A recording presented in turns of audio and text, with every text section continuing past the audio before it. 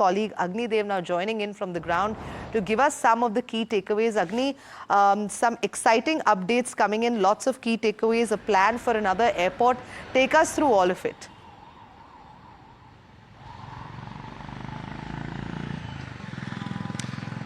Right, so I am here outside the Vidhan Bhavan of the Maharashtra Assembly, and there's quite a handful of a lot of interesting updates that have been announced by Ajit Pawar.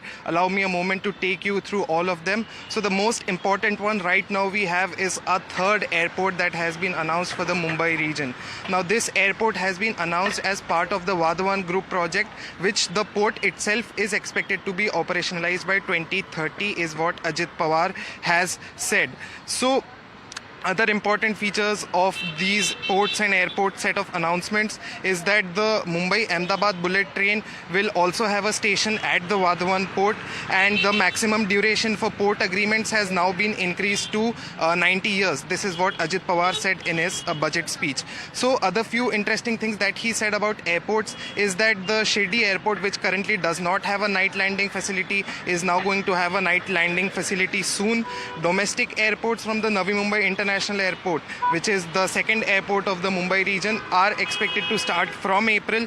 And he also said that metros will start running between the Chhatrapati Shivaji Maharaj Airport in Mumbai and the Navi Mumbai International Airport, adding to an ease of convenience for the travelers in the Mumbai area. Now, other than this Mumbai specific, Pawar also had a few interesting options and decisions to announce. He said that there will be infra projects worth thousands of crores, and he said that Mumbai will obviously emerge as a major growth center for the country. He said that 7 commercial hubs will be developed in Mumbai. These will be at BKC, Worli, Wadala, Goregaon, Kharghar, Virar and Boisar. Now moving on, he also had an announcement about artificial intelligence, where he said that Maharashtra will promote artificial intelligence in agriculture, and the pilot project will be launched over 1 lakh hectares of land with 50,000 farmers.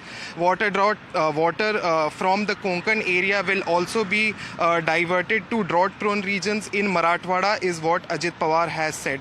Over 19,000 crore rupees of irrigation projects have been implemented in the Tapi River Valley.